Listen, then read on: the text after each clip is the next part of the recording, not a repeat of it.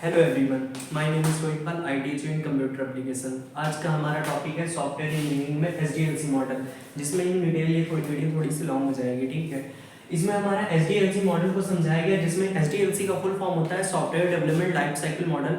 Actually जब भी हम किसी भी इलेक्ट्रॉनिक डिवाइस के लिए कोई भी सॉफ्टवेयर जनरेट करते हैं, जैसे कि हमने पहले ही बताया था कि आईओटी डिवाइस होती है, हमारे इंटरनेट ऑफ थिंग्स डिवाइसेस होती हैं, उनके लिए हम सॉफ्टवेयर जनरेट करते हैं। जो भी हमारी इलेक्ट्रॉनिक डिवाइस है उसके लिए कोई भी हम सॉफ्टवेयर जनरेट करेंगे, वो सॉफ्टवेयर हमारा एसडीएलसी मॉडल के थ्रू जनरेट किया जाता है। वो सॉफ्टवेयर हमारा कुछ भी हो सकता है, कोई भी प्रकार का सॉफ्टवेयर हो सकता है। वो सॉफ्टवेयर यूजर की रिक्वायरमेंट के आधार पर, मतलब यूजर की जैसी रिक्वायरमेंट होगी उसके हिसाब से डेवलपर जो होता है वो हमारे सॉफ्टवेयर को डेवलप करता है। जिसमें जो हमारा सॉफ्टवेयर डेवलपर होता है वो एक प्रोसेस का यूज करता है, जिस प्रोसेस का नाम होता है एसडीएलसी मॉडल।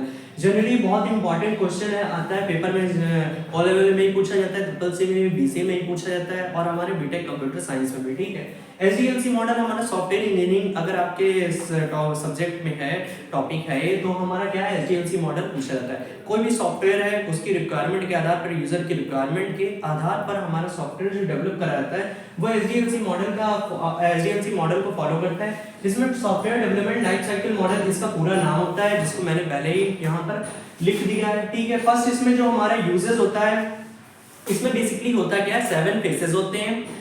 7 फेज के हिसाब से हर फेज पे 1 बाय 1 स्टेप बाय स्टेप हमारा हर फेज पे काम करता है, और देन हमारा सॉफ्टवेयर जनरेट किया जाता है।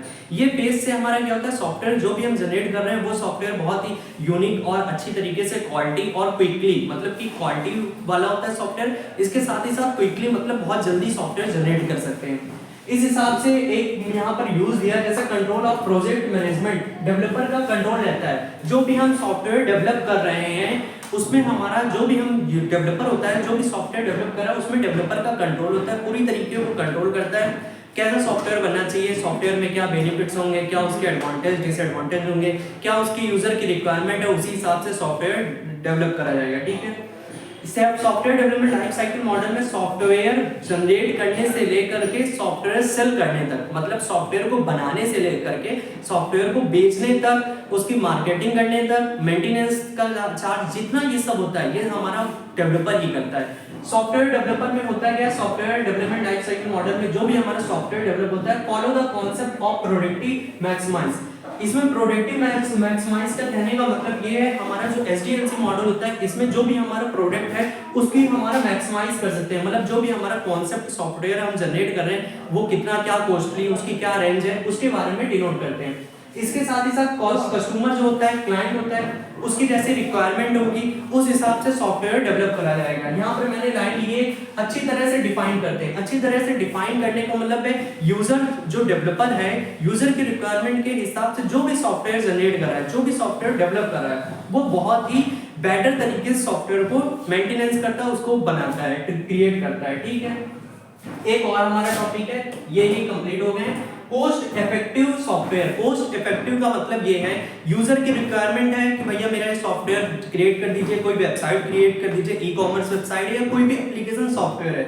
वो सॉफ्टवेयर जो हम क्रिएट कर रहे हैं उसकी क्या कॉस्ट होनी चाहिए, वो कॉस्ट बहुत ज्यादा हाई कॉस्ट तो नहीं, अगर हाई कॉस्ट है या लो कॉस्ट है, ये डेवलपर का यहाँ पर उसका मेन उद्देश्य होता है जितनी भी उसकी कॉस्ट होगी सॉफ्टवेयर को डेवलप करने पे, उसको पूरी रिक्वायरमेंट को गैदरिंग करके सॉफ्टवेयर बनाने से लेकर के एंड तक का जितना भी जो भी हमारा एग्रीमेंट है वो यूजर के साथ साइन हो जाता है। सॉफ्टवेयर में लगने वाली जो कॉस्ट होती है वो यूजर को पहले ही बता दी जाती है कि आपके सॉफ्टवेयर को डेवलप करने में इतनी कॉस्ट लगेगी। ठीक है, जिससे यूजर की परमिशन के हिसाब से सॉफ्टवेयर को डेवलप करा जाता है।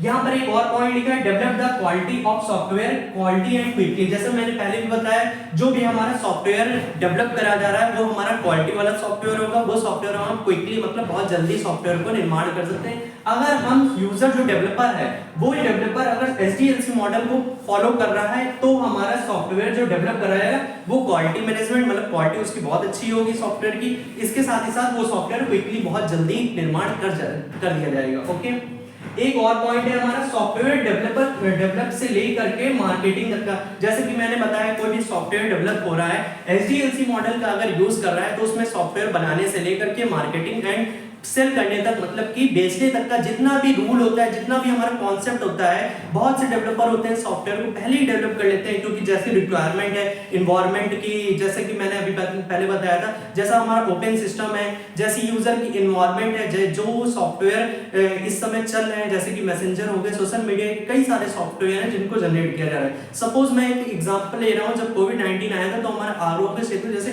कई सॉफ्टवेयर डेवलप करे गए थे। जो सॉफ्टवेयर बेस्ट था उसको पूरी दुनिया में फैला दिया गया, उसको गवर्नमेंट ने परचेस करा था। ऐसे ही जो हमारा डेवलपर होता है बहुत सारे सॉफ्टवेयर हमारे क्रिएट करता है, बट होता क्या है, उसी सॉफ्टवेयर को यूज में लाया जाता है जो बेनिफिट्स होता है, जिसके डिसएडवांटेज है। अब कोई डिसएडवांटेज वाला है वो सॉफ्टवेयर को निर्माण किया है। इसमें एक और टॉपिक की मैं बात कर रहा हूँ जिसका यूज होता है पेजेस ऑफ एसडीएलसी डायग्राम है। इस डायग्राम को आप ड्रॉ कर सकते हैं, स्क्रीनशॉट ले लीजिएगा, बना लीजिएगा।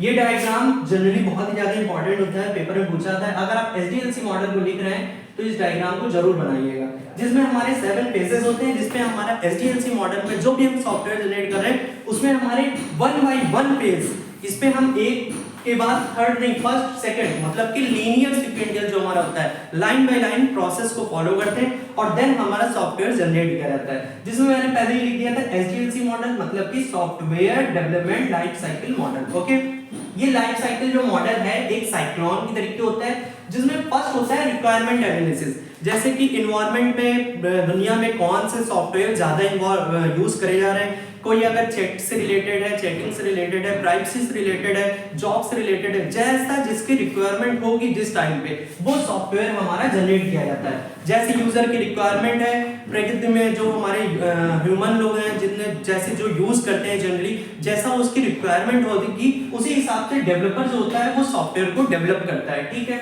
आई होप आप लोगों को समझ में आ गया होगा। डेवलपर जो होता है वो एनालिसिस करता है क्या रिक्वायरमेंट है यूजर की, कैसा क्या बनाया जा सके, कोई कौन सा सॉफ्टवेयर हम लोग डेवलप करें, किस सॉफ्टवेयर को हम लोग क्रिएट करें और बाद में उसको परचेस करके बेच सकते हैं। ठीक है, मतलब उसको तो सेल कर सकते हैं। इसके बाद सेकंड आता है हमारा प्लानिंग। अगर कोई यूजर है वो सॉफ्टवेयर अपने लिए बनवा रहा है तो फर्स्ट होगा हमारा, अगर यूजर नहीं है तो रिक्वायरमेंट करेगा, अगर यूजर है तो हमारा पहला आएगा प्लानिंग, उसके बाद रिक्वायरमेंट होगी।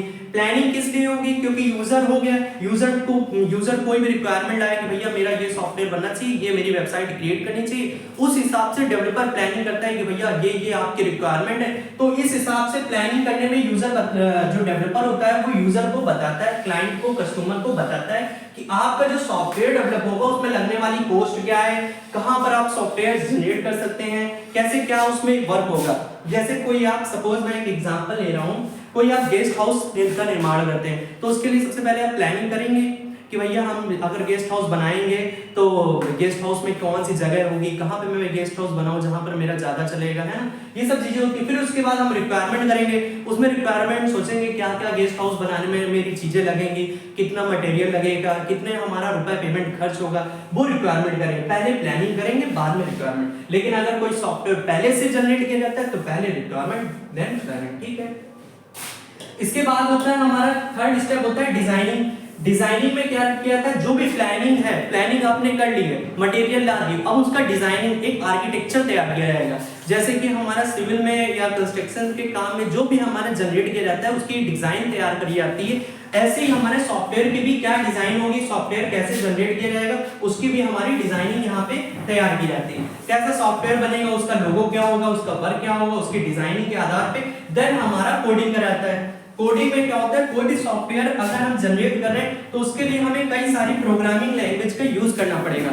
अब कौन सी प्रोग्रामिंग लैंग्वेज के थ्रू आप सॉफ्टवेयर को जनरेट करोगे। सपोज आपने अगर पाइथन से कर ली तो उसके कुछ डिसएडवांटेज भी हैं, जावा से कर ली तो उसके कुछ एडवांटेज भी हैं। तो बहुत सारी प्रोग्रामिंग लैंग्वेज हैं, किस प्रोग्रामिंग लैंग्वेज से आप सॉफ्टवेयर जनरेट कराना चाहते हो ये क्लाइंट के ऊपर भी डिपेंड करता है। सॉफ्टवेयर इंजीनियरिंग मतलब कि कहना का मीन से मेरा कि डेवलपर जो होता है जो सॉफ्टवेयर को जनरेट कर रहा है उसके ऊपर भी डेवलप करता है उसको कौन सी प्रोग्रामिंग लैंग्वेज में सॉफ्टवेयर जनरेट करना है या उसको कौन सी प्रोग्रामिंग लैंग्वेज आती है जिसके थ्रू वो सॉफ्टवेयर जनरेट करेगा। ठीक है, अब पता चला ऑपरेटिंग सिस्टम में कोई प्रोग्रामिंग लैंग्वेज नहीं वर्क कर रही है या ओपन सोर्स नहीं, तो फिर प्रॉब्लम होगी। ठीक है, तो जिस ऑपरेटिंग से ऑल ओवर सारे ऑपरेटिंग सिस्टम पे आपका सॉफ्टवेयर जनरेट कर दिया मतलब रन करे तो उसके लिए आप बहुत सारी प्रोग्रामिंग लैंग्वेज जिसका यूज कर सकते हो। सपोज जावा पे अगर कोई कोडिंग करी गई है तो कोडिंग कराएगा, ये हमारा एक बहुत ही लंबा फेज होता है। ये जो हमारा फोर्थ नंबर का फेज होता है एसडीएलसी मॉडल में, सबसे ज्यादा टाइम जो लगता है वो हमारा कोडिंग में ही लगता है। आप कोडिंग करोगे देन आपका सॉफ्टवेयर क्रिएट कर दिया जाएगा।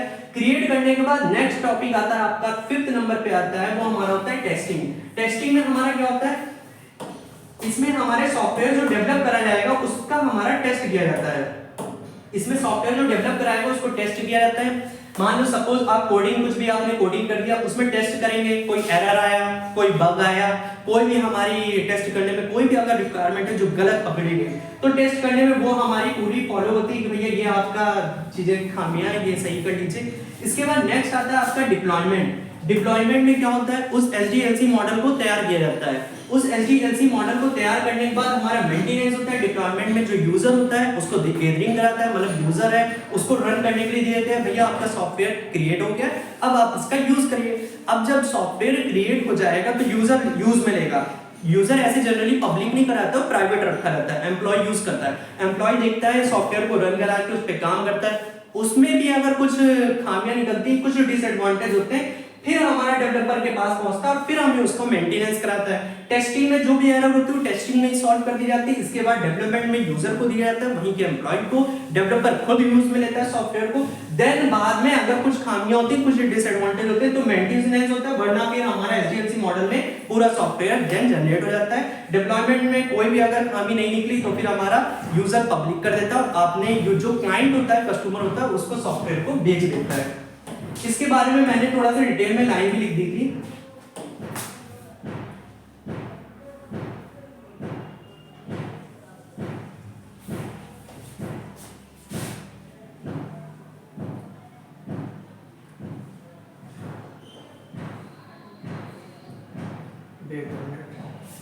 फर्स्ट हमारा कोडिंग का बताया गया, देखिए ध्यान दीजिएगा।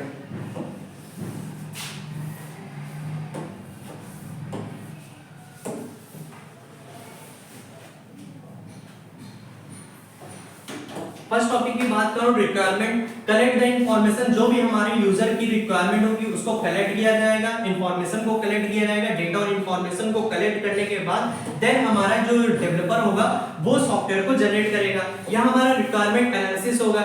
यूजर एक्सेप्टेशन डेवलप सॉफ्टवेयर, जो यूजर की एक्सेप्टेशन है, यूजर की क्या है, जो भी एक्सेप्टेशन है उसके हिसाब से डेवलप करा जाएगा सॉफ्टवेयर। देन लास्ट में हमारा इसके बाद सेकंड आता है प्लानिंग। प्लानिंग में क्या होता है, जो भी थिंकिंग, जो भी हम सोचेगा, जो भी यूजर की रिक्वायरमेंट, जो भी आप सोच पाओगे उसके हिसाब से प्लानिंग करी जाएगी। लास्ट में फिर हमारा थर्ड होता है, थर्ड पॉइंट जो हमारा बोला गया है वो डिजाइनिंग है। अच्छा, डिजाइनिंग में एक और टॉपिक है जिसमें इसका यूज किया जाता है, एसआरएस।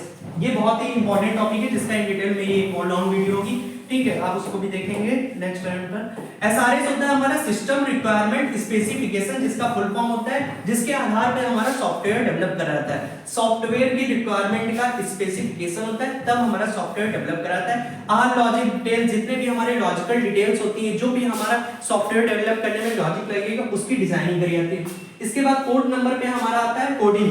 कोडिंग एक लॉन्ग फेज है जिसमें हमारी प्रोग्रामिंग लैंग्वेज का यूज किया जाता है। इस फेज में सॉफ्टवेयर का इंटरफेस कैसा होगा, कैसा सॉफ्टवेयर जनरेट होगा, वो दिखने में कैसा लगेगा, क्या हमारा कोडिंग में जो भी हमारा वर्क होता है वो कोडिंग होता है। इंटरनल वर्किंग प्रोसेस होता है, किसी भी चीज की इंटरनल, एक होता है एक्सटर्नल जो बाहरी फेस होता है, एक होता है इंटरनल जिसके अंदर हमारा कोड करा गया होता है। इंटरनल जो होता है वो हमें दिखाई नहीं देता है, एक्सटर्नल चीजें हमें दिखाई देती हैं। ओके, आई होप ये तो आप जानते ही होंगे, ठीक है। फिर हमारा होता है कई डेवलपर्स जो भी हमारे डेवलप करेगा मॉड्यूल्स एंड अरेंज, ताकि एफिशिएंटली काम कर सके। जो डेवलपर्स होते हैं वो जो डेवलप कर रहे हैं मॉड्यूल्स को, मॉड्यूल्स के द्वारा डेवलप करते हैं, मतलब छोटे छोटे मॉड्यूल्स में, छोटे छोटे टुकड़ों में मॉड्यूल्स के रूप में विभाजित कर देंगे काम को। फिर उसके बाद वन बाय वन एक एक पेज को कंप्लीट करेंगे और देन जाकर के वो पूरी प्लानिंग करके उसका कोड कर देंगे, मतलब एक थोड़े थोड़े कोडिंग को कई टुकड़ों में बांट देंगे, उसके बाद फिर एक टुकड़े में मिला करके पूरी तरीके से सॉफ्टवेयर की कोडिंग को जनरेट कर देंगे, तैयार कर देंगे।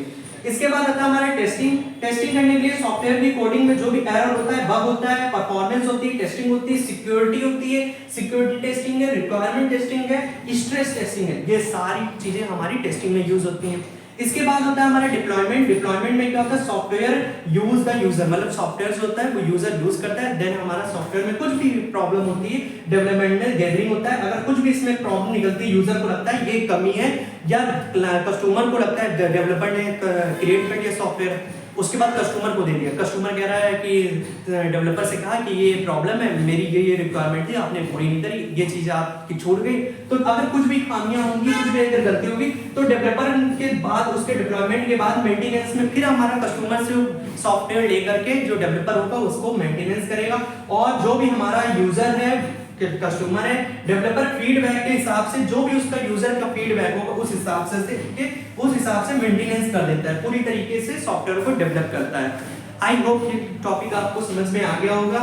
ये टॉपिक बहुत ही इंपॉर्टेंट होता है, इसके बारे में जनरली पेपर एग्जाम में जरूर पूछा जाता है। अगर आप सॉफ्टवेयर इंजीनियरिंग पढ़ रहे हैं तो इसके टॉपिक को जरूर ही आएगा, क्योंकि इसी के हिसाब से आपका सॉफ्टवेयर डेवलप कराता है। कोई भी इलेक्ट्रॉनिक डिवाइस है जिसके लिए कोई भी सॉफ्टवेयर अगर जनरेट किया जाता है तो वो हमारा SDLC मॉडल का ही प्रयोग किया जाता है। थैंक यू सो मच, मिलते हैं नेक्स्ट वीडियो में। आई होप आप लोगों को ये टॉपिक समझ में आ गया होगा। कोई भी अगर प्रॉब्लम होती है आप मुझे यूट्यूब पे कमेंट कर सकते हैं, मेरी यूट्यूब पे इंस्टाग्राम ID, वहां पर मुझे मैसेज भी कर सकते हैं।